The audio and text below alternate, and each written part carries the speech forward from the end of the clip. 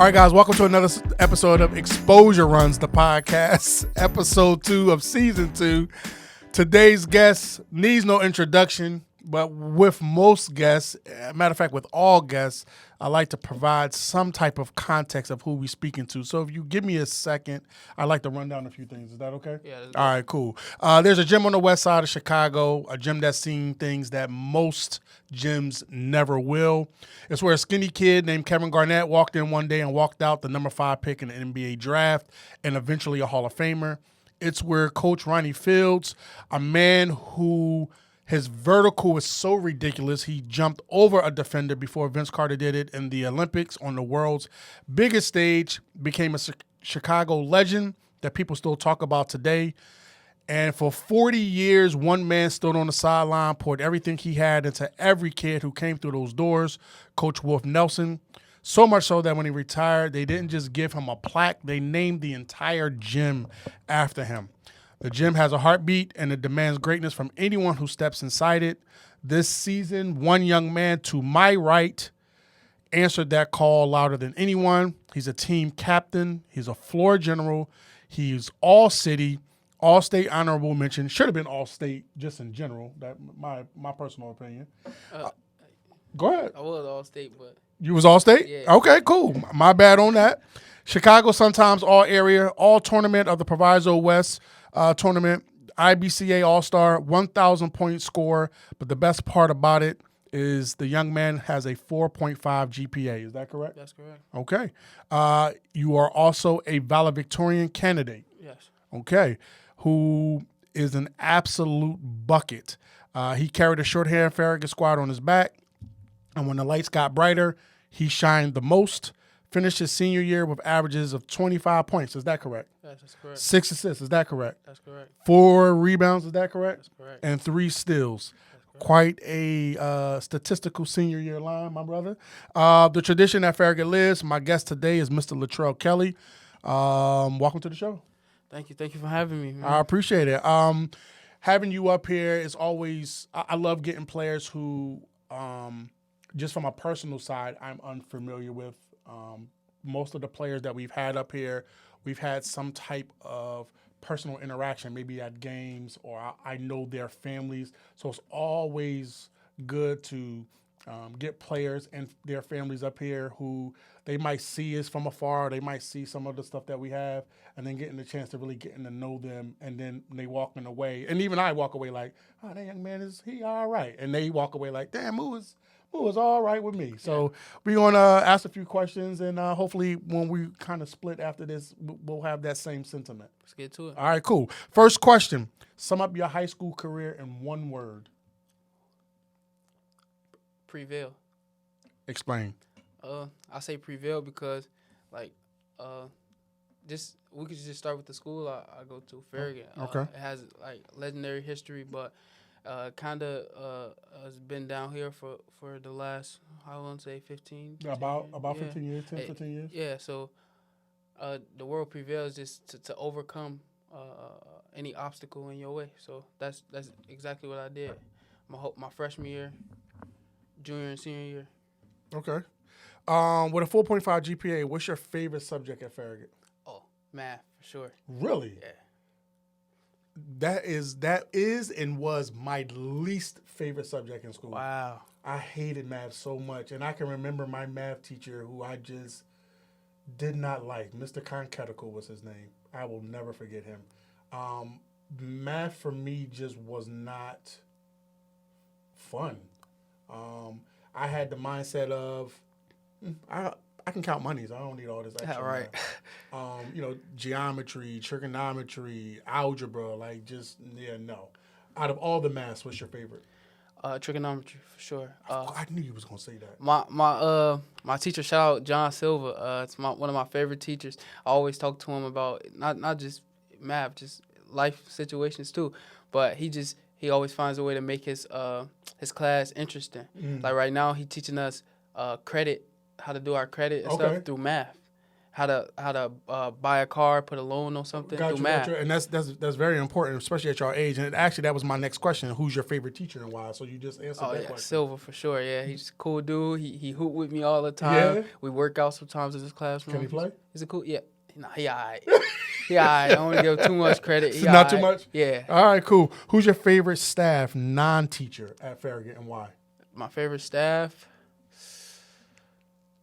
I like the security guards. Okay. Yeah, the security guards are cool. They one particular security guard in particular, his name is Antonio. Okay. He always try to put me on game. You know, he be put me on game on like health, Gotcha. like how to eat better, Oh, how to take care of my body. you segueing me right into my next question. Yeah. So What's your favorite meal?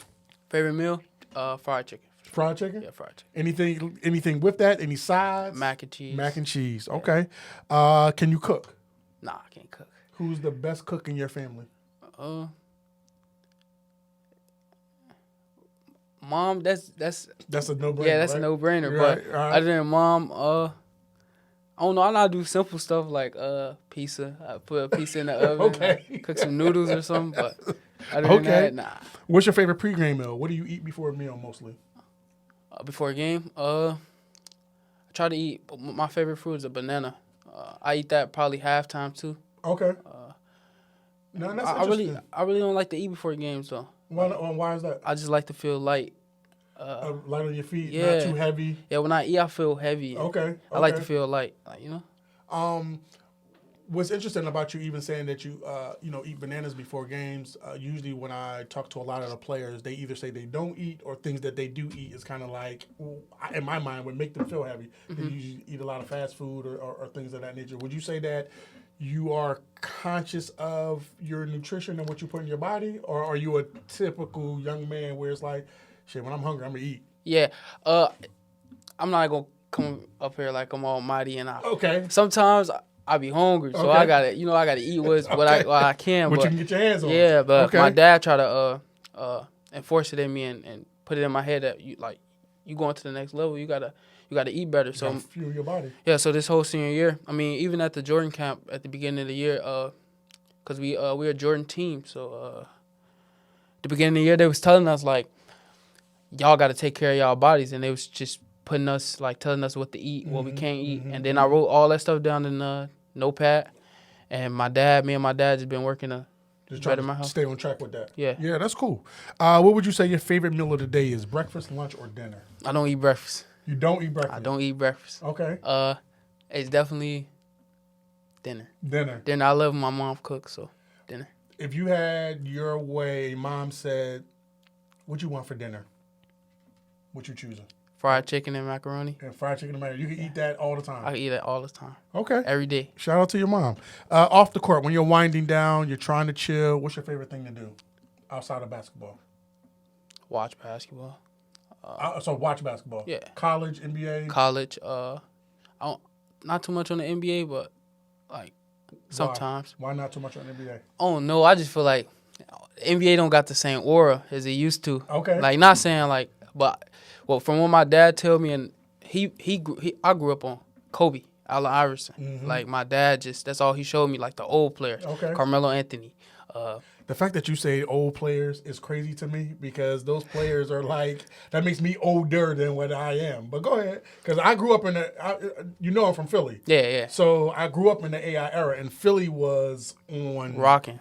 One of my favorite players. Like, he showed me him early, like, along with Derrick Rose, because Derrick Rose from here. Right. But he showed me AI early. AI made me like, oh, man, like, and then he was telling me he's only 6 feet. Yeah. He doing this. And I'm like, I like that. He got swag and everything. Like, AI had to say, he Yeah. had the city on lock. And AI is credited, if you will, for the NBA enforcing a dress code, just by the way he, quote unquote dressed. But when I tell you the city of Philadelphia, from the time he got drafted to especially when they made the NBA Finals versus the Lakers and every game in between, Philly was on smash. It was a great time.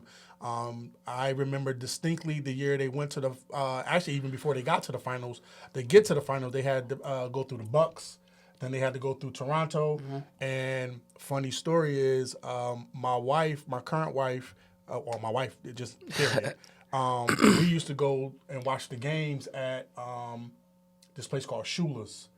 So it's like Don Shula was the former Miami Dolphins head coach, and he had he had restaurants, and they had one, and we used to go watch it. And when I tell you that this restaurant used to be lit, it was lit. So I shout out to AI. Yeah, shout out to AI for sure. Y'all started y'all season over at Farragut 2-8. Is that correct? That's correct. What kept y'all locked in when a lot of guys might have checked out? What kept us locked in is our coach. He's like the best coach you can have. He's a player coach. Okay. Like he didn't been overseas. He didn't been to college. Like the stuff that he was telling us was like, it's not how you start, it's how you finish. When we was 2-8, he was just kept telling us like all the guys got to buy in. That's how we gonna start winning. If we don't buy in, it was at a point in the season where he was like, we was halfway. It was after Christmas break. He was like, if y'all don't buy in, start of February, y'all senior year is done. He was telling all the seniors, y'all senior year is done. Did y'all have a lot of trouble buying in? And what was the trouble with the buy-in? Everybody in basketball, I mean, they got their own personal agenda, you can say. And you gotta learn how to make that work in a like team concept. Okay. So when you got somebody, they trying to do one thing and the coach saying do another thing. So when everybody just bought in, we started winning. You reportedly had 150-point game, right? Career high. Yeah. Multiple 30 and multiple 40-point games.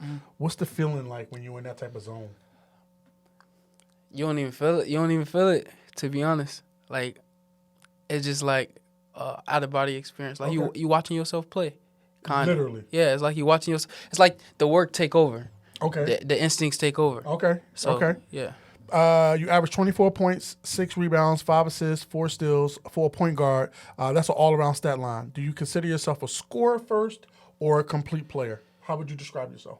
I wouldn't even put myself in a box like that. I wouldn't consider myself a scorer first guard because I had to do that. Okay. Like, in order to win. Okay. So I'm just a player that I'm going to do whatever it takes to win. So whether that's rebounding, scoring, passing, I'm naturally a pass-first guard. Okay. So, but in order for us to get over that hump and win, I had to score a lot. I had to pick up that load. Okay. Okay. What was the best moment in high school on and off the court for you? My best moment? I'm coming off going downstate. That's something that hasn't been done in Farragut history since back then. So, since KG and them. Since KG and them, right? So, okay. As you will say, we going down in history, like our team. Talk about that experience of going downstate. Like, what did that feel like? Again, y'all started 2-8. Y'all finished 13-15 or something like that, right? And then y'all went on a complete tear in the state playoffs, right? My first question is, did y'all really believe that y'all can win the state title? And when that unfortunately didn't happen, what did that feel like? Because now your senior year is over with. Right. To answer your first question, we want to know a funny story. So before the playoffs even started, Nelson was just showing me a paper, and he was like, he always got ways to get you riled up, and he was just showing me a paper like, you think you can beat them? Like he was just trying to pick my brain, right. And it was Phillips. Okay. Because we had to beat Phillips to get to the sectionals. Okay. Right? And I was like, yeah, I think I could. He showed me the next team. He said, you think you could beat them? I'm like, yeah, I think I can pretty much get through them too. Okay. And he was like, you have to, as a leader, you have to get your team on board. So I really thought, like there's no doubt in my mind, I really thought we could beat them. Like, we could beat everybody in our way. The point we came to is we didn't have enough depth to win. Y'all was tired? We was tired. We was banged up. We played 7 guys. A lot of people was injured. Like me, my back. Okay. I hurt my back before we went downstate in the practice. Okay. So a lot of people didn't even know that. Like I'm playing the whole. You played a lot of minutes. Right. Yeah, and I hurt my back. So I really thought we can. Like, it's no doubt in my mind. I really thought we could have won it. What would that have meant to you as a player? I don't want to say cemented your legacy because I think you left a pretty good legacy at Farragut. But what do you think that would have meant to you personally and to the alumni and just the overall culture of Farragut if y'all would have been able to win a state title? It would have meant a lot because nobody expected us to do that. Nobody. If you would have asked anybody, do you think Farragut gonna make it downstate? Right. They would say, nah, no shot, no chance. Okay. So it would have meant everything just to shut the haters up, you know? Okay. Forgive me for asking. At one point, you left Farragut, went to Curie, then you went to Shaw Prep, then returned to Farragut. What was the thoughts behind that decision? Was it strictly for your recruiting? Was you just trying to, try something different? Speak about that experience a little bit. Yeah, I think I was just trying to try something different. Okay. But the reason as to why I transferred, it was out of my control. Okay. It's personal situation. Understood. So, yeah, it's really pretty much out of my control. All right, cool. Currently, how is your recruiting going overall, and what are some of your likes and dislikes of recruiting? I'm going to just start with the likes and dislikes. Okay. Coaches call you at all type of weird times of the day. It's like the same script over and over. They ask you the same questions. I just had a workout. I got to have another one. It's constant workouts and constant coaches texting you, and it's basically like you just same conversation every day. Auditioning over and over and over. Yeah. So, okay. And then, do you say name schools? You don't have to. But if you want, what does your recruiting look like? Are you being recruited? Yeah. I know you're being recruited, but what are some of the schools that are recruiting you? If you want to speak on them, you can. I have Idaho State, Temple College, Dawson, Prairie State, which is here, CSI. A lot of schools I can't name off the top of my head, but okay. I can speak to Prairie State. My son just was there. Shout out to Coach Perry, really good assistant coach. Has a lot of fire behind him. He knows his stuff. I didn't really get a chance to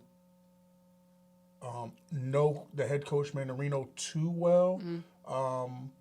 I tried to be a little hands off and just be kind of supportive of Xavier. The team this past year with my son on the team, I feel like there was not a lot of buy-in from them across the board. So they struggled just trying to find an identity. Who was going to do this, who was going to do that. I think because they had so many alpha players, they really kind of struggled just kind of settling into whatever role Coach Mandarino set out for them. But I think the potential was there. I think you would add, I'm not really sure who Coach Perry and Coach Mandarino is currently going after to replace some of them players.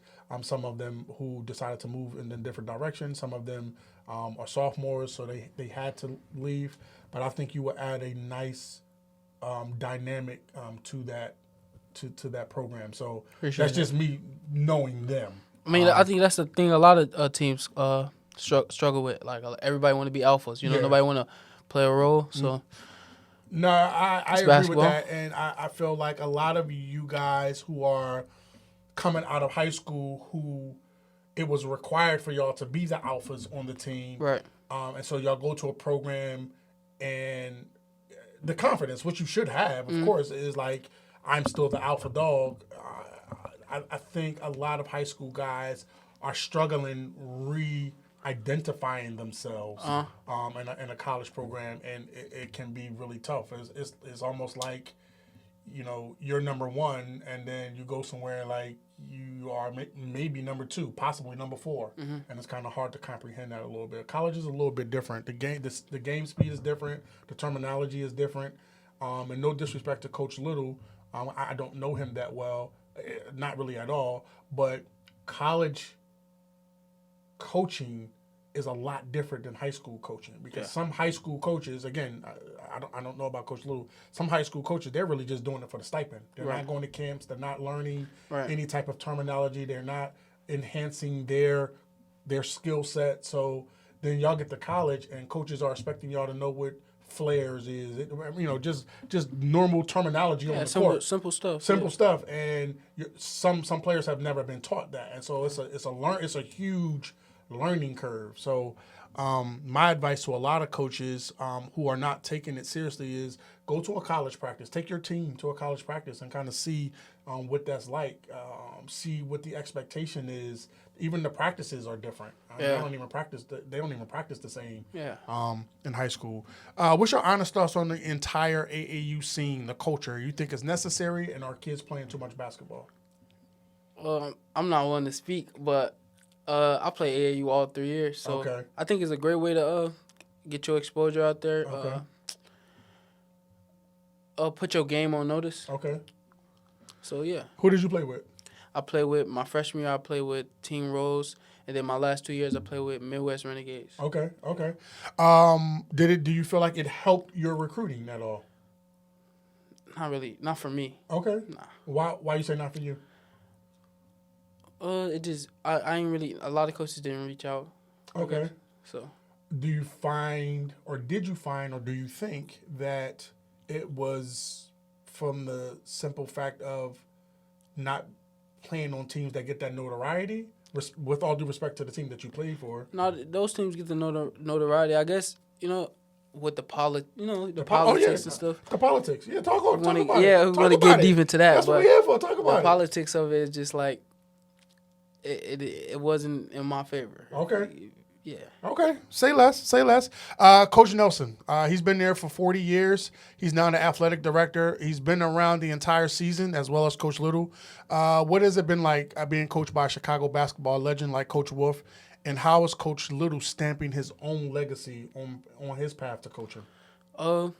We can start off with Coach Wolf. Man, the guy has stories for days. He tells us stuff through stories. Okay. So he told me he didn't had a player like me before. He didn't had a player like another guy on our team. Mm-hmm. But just being coached by him is something like I'm truly grateful and thankful for it. Like, he more than just a coach. Like, you could talk to him about anything. Basketball, a little lady you like, Okay. He just more than just a coach. I think that's why a lot of players like Coach Nelson, because he's more than just a coach that's going. A lot of these coaches, they use you for your ability, and you pretty much don't mean nothing to them. Like, and in 5 years, I'm gonna be able to reach back out to Nelson, like, what's up? Yeah, we pick up from where we left off. So it's just an honor and a blessing to be coached by him. And Coach Little, he's something else, man. Like, Coach Little is like, he's a guy that he's always amped up. Okay. He always hyped up. He was a guy that was an underdog in high school. Okay. He know what it feel like to come from nothing, like a lot of us. So he just try to tell us, like, whatever you want, go take it. Like, you got to. Don't nobody owe you nothing. Whatever you want, go take it. You got to go take it. Yeah. So he's just pretty much amped up, and his legacy is gonna be cemented. So he's a great coach. Okay. Speaking a little bit more about Coach Little, he played at Farragut. Mm-hmm. All right. What is it like being coached by someone who walked those same halls and know exactly what you're going through? Like I said, great guy. Okay. Always amped up. Always giving advice. Just a great coach. Okay. Farragut obviously is known with respect to Coach Little, of course, known as the school that Ronnie Fields and Kevin Garnett went to. Growing up, what did their legacy mean to you, and did it add any pressure when you went to Farragut to try to uphold, or not even uphold, because there was some struggle years in there? Yeah. Was there pressure to try to bring back that legacy, that flair, that intensity and good basketball at Farragut? With all respect, nah. No?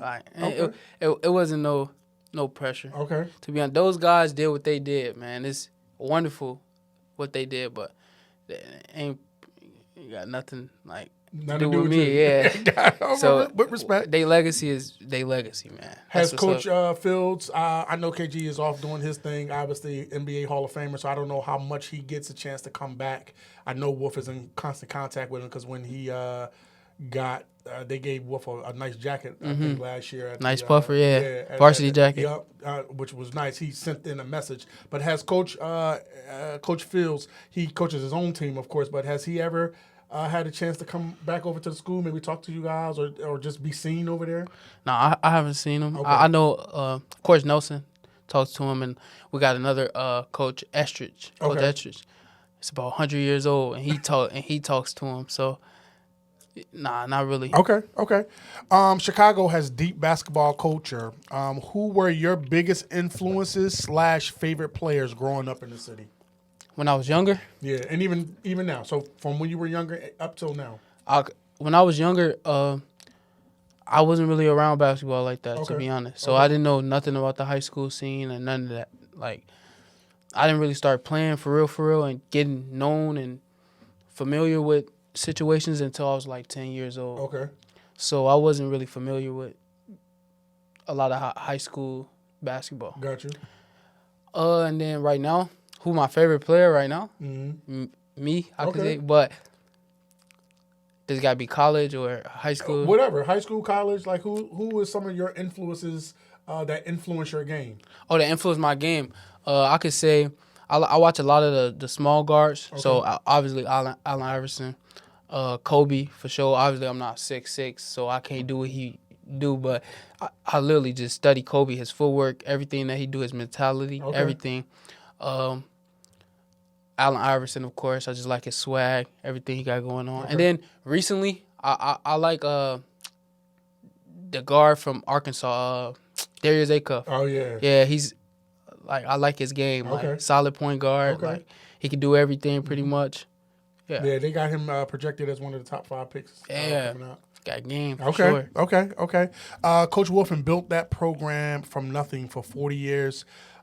His record is reportedly 541 wins.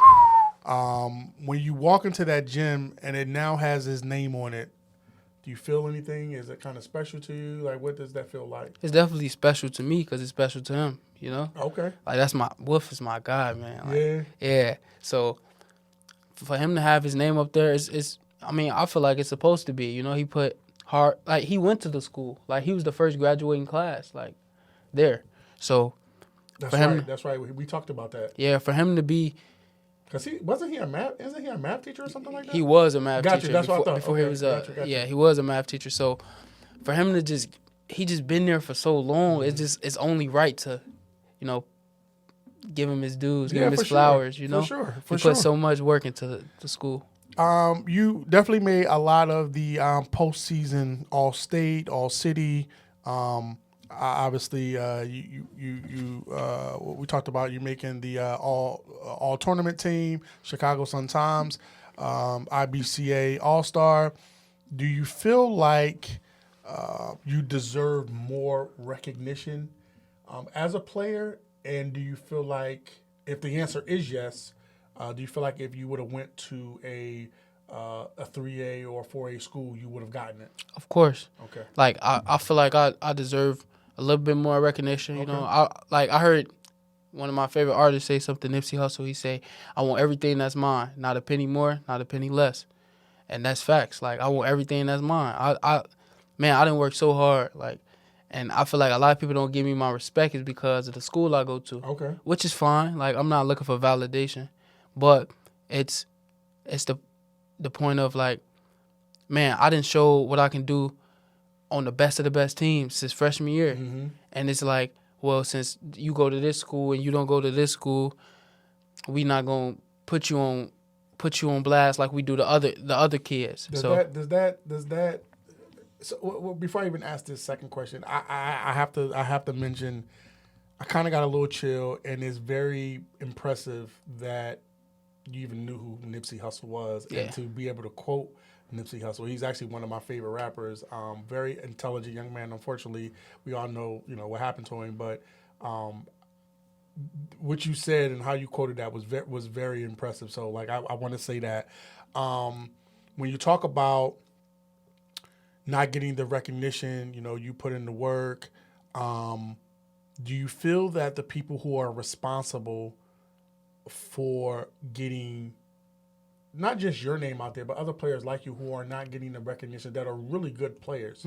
Like, what's your thoughts on that? Like, we did an interview a few years ago with a Prep Hoops writer who is a soccer player, and he's tasked with writing report and evaluating and ranking players like you. But he's a fucking soccer player. And so when you hear that, right, I saw your face. When you hear that, how frustrating is that people who are responsible for getting your names out there, so college coaches, because it's a lot of players for college coaches, but they don't even have the proper skill set or the proper knowledge of even helping y'all. Like, how does that feel? First and foremost, I don't want to disrespect the guy. I'll do it for you, but go ahead. But I mean, just because you didn't play something or you maybe didn't experience it, don't mean you don't know how to do it. Like, it's a lot of people that that coach now that didn't play, you know. Okay. And they do a good job at it, and it's vice versa. It's coaches that played and can't coach, you know. Okay. So just because you did something don't mean you know how to do it better than the next man. Okay. But I say it's a lot of people that how can I say this? It's a lot of people that words that what's the word for it? Basically, it's a lot of people that their words should be worth not worth more, but I don't know the word I'm trying to get at. Okay. Ask me the question again. One more time. No, I just want to know, like, what's your thoughts on? You really kind of answered it, really, when you think about the question I asked, because what you said was very, very profound by saying there are people who can do their jobs regardless if they had that experience doing it. Yeah. Right. So I personally had an issue when I found out while I was interviewing. I found out while I was interviewing this particular writer, right, and something that came up at the time, which still bothers me to this day, is that he admitted that a lot of the bloggers and writers and evaluators, they allow their personal biases to go into their evaluation of a player. Yeah. So I'll give you an example. This particular guy mentioned that at the time, and he didn't say the player by name, but the player ended up being B.J. Powell. I don't know if you remember B.J. Powell. Went to Lincoln Way East, and then he transferred out of state, and now he's at Howard. Small guard, lefty, right? He mentioned how himself in general, how much it annoyed him during one of the Riverside Brookfield Live periods where he, the father being, was trying to promote his son. So he was kind of passing out little placards with information of his son. Rightfully so. Rightfully so, Yeah. right? And he mentioned how, in his opinion, how annoyed he was, but also how he just kind of thought, you know, for lack of a better words, how corny it was, right? And so when we got into the meat and potatoes of the conversation, it came out that he was a soccer player. He was in college at the time. He should have graduated by now, but he was in college as a soccer player. But he was hired by Prep Hoops, and Prep Hoops is a very well-known basketball evaluating source. Yeah. Coaches, they buy subscriptions, they look at the rankings, and it's not just Illinois. Prep Hoops is in all states. They got one in Pennsylvania. They nationwide. Yeah. And so they hired this guy who was and I'm assuming he still works for them, but his job was to provide information to the upper echelon of the evaluator so they can put their rankings together, Scott Burgess and all them other guys. And so when I found out he was a soccer player, this shit really got under my skin a little bit, because while you made a very great point that just because he didn't play basketball doesn't mean he can't do his job, to me it does mean that. Because if his expertise is soccer, he knows soccer,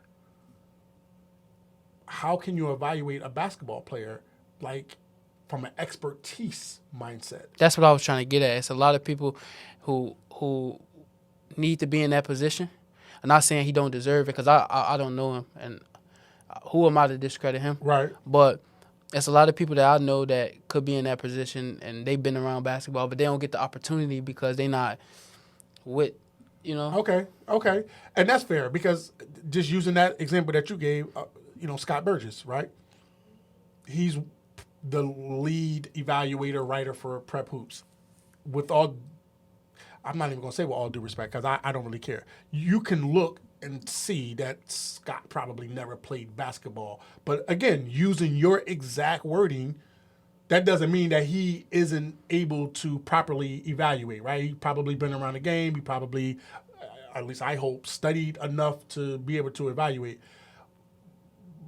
So to me, that's a little bit different. I don't know. I had a very difficult time with that interview and just knowing that, this person, because Prep Hoops puts a lot of emphasis on players, and a lot of coaches kind of use that source as the Bible. And so, like, you have players like yourself who are not getting the recognition because one of their writers may not like your dad, or they may not like your game, but they're evaluating you with glasses on that are not basketball related. Yeah, it's a lot of that going on. But like my dad said, if you good, they gonna find you. Yeah, I no longer believe that. Because that was the crock of shit that people told me about Xavier. I no longer believe that because we living in the era of the social media where you should be able to find everybody. Right. Back in the day, if you are good, the Sonny Vaqueros who discovered all these kids, for Nike and some of even with Derek Ellison, and there's a lot of old school scouting that back in the day when KG and them was coming up, it was word of mouth. If you could play, they would find you. Now we living in an era now. Politics. Well, of course it's politics, but now we live in an era of social media where it should be easy as fuck to find players. Yeah. And so, there's really no excuse for that. So I don't no longer subscribe to if you're that good, they'll find you. It's like, I am that good. Why aren't you finding me? But that's where the politics come in at. That's my rant for the day. Nah, you good. Can't cry about it, though. You gotta figure it out. Okay. Figure it out. That's the word I said earlier, prevail. Okay. Figure it out. What's one part of your game you think is the most underrated? Underrated? Oh, my passing. Okay. Everybody looking at me as a scorer, but I can definitely pass. Like, I'm a pass first point guard. That's what I grew up as, 7th, 8th grade. Everybody was saying, you don't score enough. You don't score enough like you can't, like you're supposed to. Okay. And now it's, you don't pass enough. You don't pass enough, Got you. So, yeah. Just trying to find that balance there. Yeah, trying to find a balance. What do you think is the most overrated part of your game? Overrated? I say overrated? I'll say everybody, my pull-up. Everybody say, when I can hear players when they guard me, he just going to pull up. He finna pull up. He finna pull up. I mean, I can still pull up over them, but it just, everybody know I'm going to pull up. What do you think separates you mentally from other guards in your class? Separates me mentally? I feel like I'm just more mature. Okay. Like, I'm not immature. I know the game. A lot of people, that's what they lack. Is the maturity. Okay. I'm going to do what a lot of people won't do. So just discipline. Okay. Yeah. Discipline and maturity. Discipline and maturity. And you feel like having that discipline and maturity kind of gives you a slight advantage when you're playing against somebody? It definitely does, all the time. Okay. I like that answer. Is there a game you lost that sticks with you more than some of the big wins? A game I lost? Stick me some of the big ones. If not, that's cool. I'll say a lot of the games I've learned something from. Okay. So I can't even say I can give you a game that taught me a lot of lessons. I can give you games like that, but I can't give you a game where it's like, man, I'm just so down. You know? Okay. A lot of it just taught me I just learned so much. From that, give me one game where you learned one lesson from, off the top of your head. My last game, my freshman year. Okay. We played against Crane. And we was down a player, and it was up for me to take us over that hump because the guy who's the starting point guard, Jonathan Calmise, he just wasn't playing, so I had to take our team over that hump. So it basically just taught me I got to be a leader. I got to be ready to step up. I got to be ready to as a freshman. Yeah, as a freshman. Okay, you know what I'm saying? How serious it can get. Okay, so that game we ended up losing. But I learned a lot about myself. I learned, like, basically the word I said earlier, prevail. Okay. Like, overcoming, perseverance, overcoming stuff. So Okay. that's all basketball is about. Like, basketball is a roller coaster sport. You're going to have good moments where you feel like you on top of the world. Like, can't nothing stop you. You're going to have bad moments where you like, man, I don't even want to do it, man. Okay. And then you're gonna have mediocre moments. It's all about just keep going. Put one foot in front of the other and just keep going. Okay. You on one today. You on one today. If you had to pick, would you rather drop 50 points or have 15 assists? Be honest. Do we need to win? Does that matter? Yeah, of course. Okay. Yes. We have to win. You have to win. Would 50. you rather have the 50 or the 15? 50. 50? Yeah. I'm glad you was honest. But if we don't, if it's just like something where I'd rather have 15 assists is in a situation where I'm making my teammates better and everybody's happy. Okay. Yeah. Okay, but if you need to win, it's 50. Like, drop 50. Drop that 50. And it's a guarantee you're going to win? Michael Jordan, Kobe, Okay. Iverson. Okay. Scout yourself. If you are an opposing coach going over film with your team, how are you telling players to guard you? Double them. Okay. Double team them. And I'll say for an offensive player, just run. I hate players that run a lot. Just run all the time. But a lot of people don't do that in Chicago. Yeah, not at all. But when we play, like...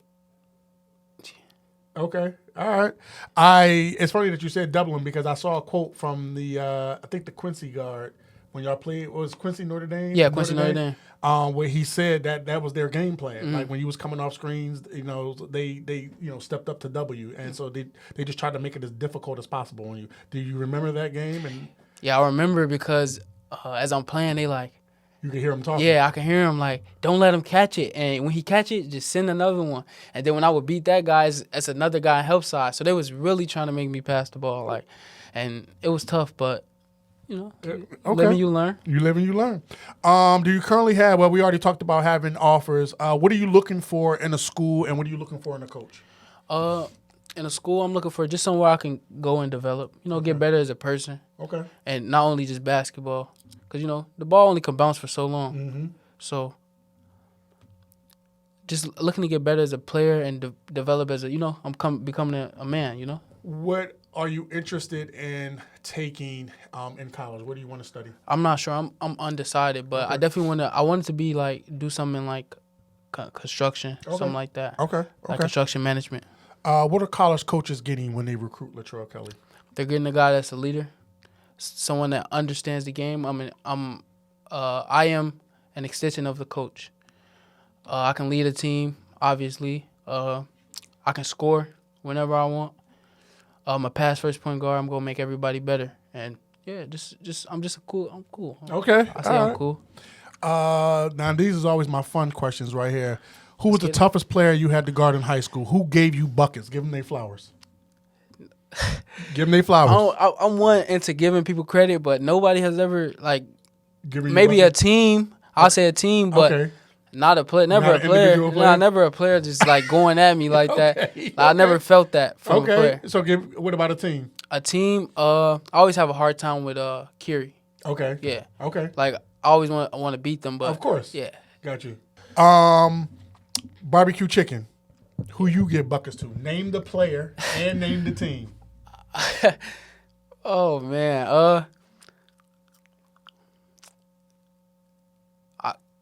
Name I them. think I could say teams. Okay, go ahead. You can just name the teams from this year. Everybody, pretty much. Everybody. Okay. All right. Especially the team that you gave 50 to. Yeah. Okay. Name your all-time NBA team. 5 starters and a 6-man. All right, 5 starters. At my point guard, I'm gonna go traditional. Well, you want to do This is your team. how the game is now or how the game is back in the day? It's your team. It don't matter. They got to win. Okay. It's your team. You're the GM. Okay. Point guard, I want Steph. Okay. He can shoot it from far. He can play make. Shooting guard, give me. Is Kobe?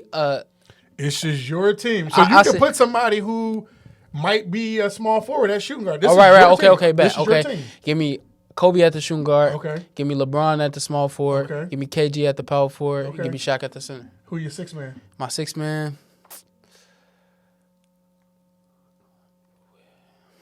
I need somebody that's going. My sixth man. Yeah, Kobe. KD. Give me KD. My sixth man. Yeah. All right, mine's is AI at the point guard, Kobe at the 2, MJ at the 3, LeBron at the 4, Elijah Wan at the 5, and my sixth man is Jamal Crawford. Jamal Crawford? Okay. Your six man ain't messing with my six man. I don't know about that. Come on, man. KD? I mean, KD is KD. Yeah. No disrespect. No disrespect. But Jamal Crawford ain't no chump change. Nah, he ain't no chump change. Bro. Okay. All right, cool. In my religion, I'm Muslim. We believe that our children pick us as parents, right? I'm hearing that. What does it mean to know that you actually picked your mother and father to guide and raise you? Talk about them, how important they are, and how important your family is. I mean, my family is very important to me. That's my number one. So, I couldn't ask for a better dad. I couldn't ask for a better mom. I couldn't ask for a better support system. Like, they support me in everything I do. If I wanted to stop playing basketball and become a president, they're going to say, you could do it. Okay. Like, my dad, he enforced in me early. And same thing with my mom. Like, you could do anything you put your mind to. Don't care what nobody say. Whatever you want to do, you can do it. And you genuinely believe that? And I genuinely believe it. I believe, man, if I stop, like I said, if I stop playing basketball and I wanted to become president, I think I could become president. Like, this is where my mind at. Obviously, you got to work hard. And For sure. Not just, I'm just I become just president. become president. Yeah. Right. You got to put the work in. You got to put the work in. So they just told me that early on. They did a great job in keeping me, I say the difference from other kids, just keeping me, I say mature. Like, just keeping my mind where it's at now. Okay. And I got brothers, and my brothers, I'm the oldest, so my brothers they just look up to me. Okay. My little brothers and my big brother also. How does that feel knowing that you have siblings that look up to you? It feels great. How important is that? It's important and it feels great because, I mean, you guys, it keeps you doing the right thing. Okay. Because you don't want to let your brothers down. You don't want to, if they count on you, they looking at you as like you the man, you know? Gotcha. So you can't, little bro say he see you in the gym, guess what little bro going to do? He going to be in the gym. He see you messing up, guess what he going to do? He won't mess up. Right. So it just keeps you focused and keep you like, that's my why. You have a little brother right now that's coming up that plays. Talk about him. What do you see for him? And how proud are you of him? I tell him all the time, you better than me. All the time I tell him, you going to be better than me and you better than me now. It's just, what I see for him is, obviously, just the work. I just tell him all the time, I try to give him game that other people gave me. Like, just continue to work hard, bro. Don't let nobody stop you. Just continue to work hard. And I got a younger brother under him, too. Okay. And I tell him the same thing. And he's like alpha. Like, he's like, man, like, if I could tell you stories about him, he's going to be something else. Okay. But as far as my brother Xavier, he's the best freshman in the state. He's the best freshman in the country, in my opinion. But it's just for him, up to him to feel like that and express and show that. And he got 3 years to show. So look forward to Latrell Kelly. Like, he's the best freshman in the state. And look forward to him. Okay. If y'all play one-on-one, who wins? Come on, bro. Come on, man. He haven't beat me since. I think he gonna start beating me when he like a senior. Okay. A senior is gonna start being competitive. Right now, I'm just too strong for him. We about the same height almost now. Okay. So it's only a matter of time. Yeah, it's only a matter of time, right? So I gotta keep beating him. Eventually, I'm gonna stop playing him though. So stop playing him on a win, of course. Yeah, on the win. Like, yeah, we done. I'm not playing you no more. Okay. Tell me a current, just overall, not even current. What's a life lesson your mom and dad taught you? And you kind of answered it already. But what's a life lesson your parents taught you that you know you will always carry with you? That I will always carry with me. Most importantly, keep God first. Continue to pray. Continue to work hard. Just work hard and and carry yourself well. So Okay. that's something they taught me since I was little. And always have confidence in yourself. Always believe in yourself. If you think you can do it, it don't matter. Like my mom told me, it don't matter if I think you can do it. It don't matter if your dad think you can do it. It don't matter if you feel like you could do it, you could do it. Okay. Like you don't need nobody validation. So that's a big thing I'm gonna keep with me for the rest of my life. You kind of spoke about that early on, even before we came on camera. That, you know, just having that confidence in yourself and not needing nobody's validation of knowing how good you actually are and how good you actually can be. And that seems to be something that really has stuck for you in your development as you were becoming a man, and that's pretty impressive for somebody your age. Pretty impressive. What do you know about? And what do you think about the Exposure Runs platform? What do you think we mean to the high school athlete? What I know about, I mean, I told you before the interview started, like I watched a couple of your interviews before this. Obviously the one with with Nelson. I watched the one with the Fears brothers. And I watched another one. Oh, and before we started, I was watching the one with Jaquil, right? So I think it means a lot for young men like me to get an opportunity to get on the platform and just express themselves. Like, I appreciate you today for having me. Just to get on this mic and express. Everybody always judge from the outside looking in, you know? Just is to express myself and let people know what I'm really like. You know, nobody really know. I think that's what I've been most impressed about. Like as you're talking, you know, I'm watching your body language. I'm literally watching the words come out, and just the way that you are speaking, right? And I have a very difficult time saying this because I don't like to say like, you know, you speak so well. Like I hate when I don't like when people say that about our black children. Oh, you speak so well, because they see you or they see your peers, or just us in general.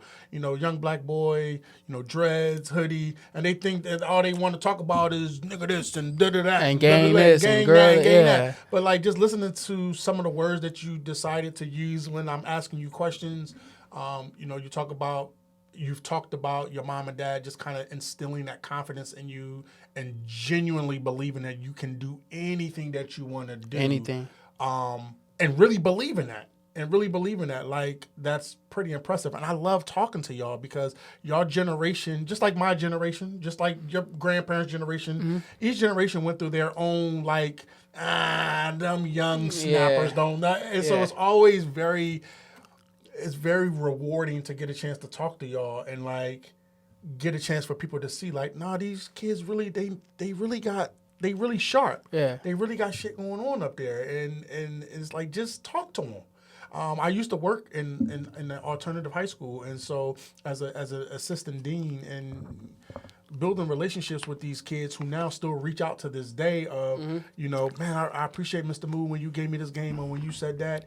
I had a kid reach out to me on Facebook about 2 or 3 years ago. His name was Kendall Peoples, and we actually ended up having to kick him out of the school just based off his behavior. But he reached out to me very surprisingly, found me on Facebook and was like, he's doing really well, but it was like, man, I really appreciate you. Were like one of the only ones that really still poured into me, even when I was acting out, and just really kind of wrapped your arms around me and really believed in me. So, like, that's really all y'all need. Y'all really just need somebody to just, like, genuinely look y'all in the eyes and make y'all really feel like we really believe in y'all. It's really up to you, but we really believe in y'all. Yeah, I feel like that's the biggest misconception about our generation there. Like, they feel like we ain't all there, you know? Like, you never know, like, how you were saying it. You said his name was Kendall? Kendall. You never know how your presence or what you do, how that can make somebody feel. So for you to do that, that's literally what it's all about. That explains the Exposure Runs right there.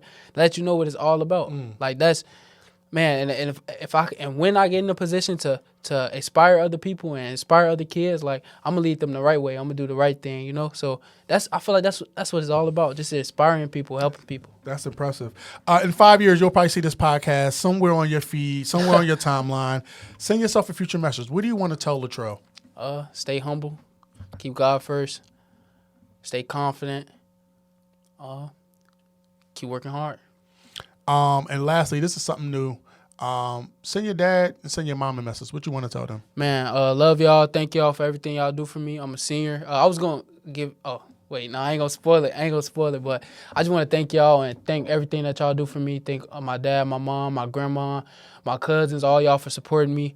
Yeah, I just want to say I love y'all and thank y'all for sure. Latrell, personally, I appreciate you being here. Sitting here talking to you again, you know, knowing you from a distance, right? Like I knew who you were as a player. I never got a chance to like actually talk to you, but I just always saw how you carried yourself. And people make the misconceptions of what they see. And not saying that I had a misconception, but I'm saying when you see somebody as a basketball player, you know, maybe they're aggressive nature, maybe they're this, maybe they're that. So you make your own assessment of that player, which I didn't do that with you, which I'm glad I didn't. But sitting here talking to you, I have to say that, and I think you said this in the beginning of the interview. You said this is going to be the best interview that we had. Yeah, you said that, right? Yeah, I said that. I will tell you that this interview was very enlightening of getting the chance to talk to you. Like, you are pleasantly mature beyond your years. I won't say surprisingly because, again, I didn't know you personally, right? But pleasantly mature beyond your years. Hearing how you talk about your mom, your dad, and your siblings.